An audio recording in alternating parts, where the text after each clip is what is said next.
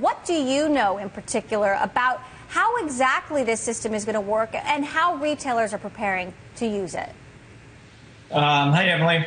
Well, it's not going to be much of a jump for retailers like Walgreens that have been using Passbook. Walgreens in particular has their member loyalty card in Passbook.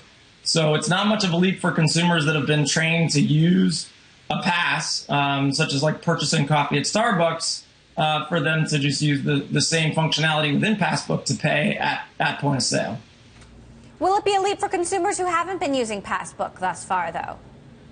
A little bit. I think folks like Starbucks, brands like Starbucks, haven't done much in terms of training. They've just created that functionality, and it's $1 billion business for them in terms of mobile transactions now.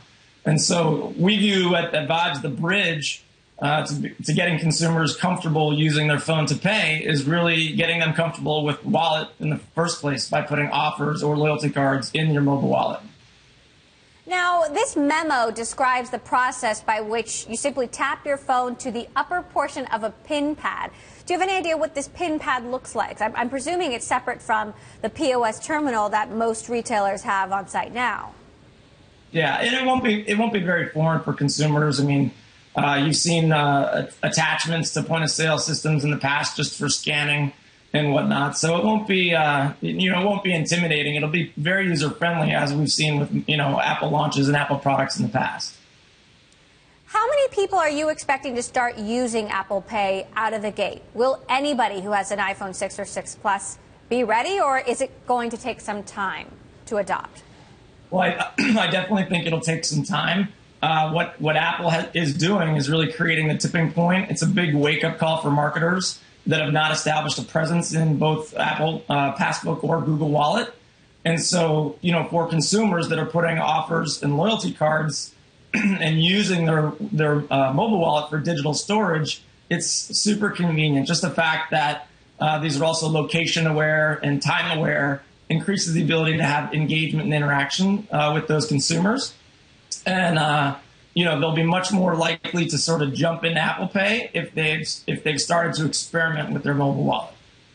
We've been looking at some of the credit card and financial institutions involved, some of the retailers who are involved in this. If you're not on that list of retailers right now, what are you thinking about Apple Pay? Well, I think everybody's probably taking a close look at it, and they're getting ready to launch. You don't want to be left behind if one of your competitors is there for consumers in a very, very convenient way that they want to pay. So even the folks that haven't deployed or set a strategy for a launch date, whether it's with Apple now or in a couple of months, they're definitely taking a look, and they'll be looking at consumer uptake and consumer demand. And how quickly do you expect other retailers to jump on board? I mean, what kind of work on the back end does this involve? Well, you can be up very quickly. I think other retailers will jump on board very quick. Like I said, Apple has the ability to create the tipping point and move markets. There's been a lot of failures and complexity in mobile payments. And, this is sort of that big moment. I view what Apple Pay is going to do for payments as sort of what American Idol did for text messaging, right? Puts it on the map, makes people aware of how they can use their phone for one more feature, one more thing that makes their life easier and more convenient. So what's your advice for consumers right now, whether or not they have been using Passbook already? This is an update, Apple Pay, that's baked into the latest update for their mobile operating system. But what should we do to prepare? Well, there's a lot of brands. I mean, we're doing programs with Sears and Home Depot and Men's Warehouse and Saks, Bloomingdale's. There's a lot of brands that you can go experiment with and look at what is the wallet presence that they offer. Is it a loyalty card? Is it just offers and coupons? And so the more you familiarize yourself with establishing that presence in your wallet, a lot of people have experimented or used Passbook, for instance, for boarding passes when they travel.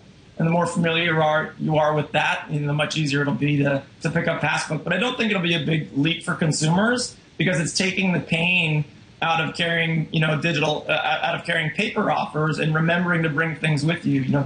The beauty of what Passbook and Google Wallet both do is they literally remind you when you're near that store. So it pops up, says, remember, you've got 20% in your mobile wallet, and you can bring that to the point of sale and scan it. So it's that whole closed loop without having to remember as much as a consumer.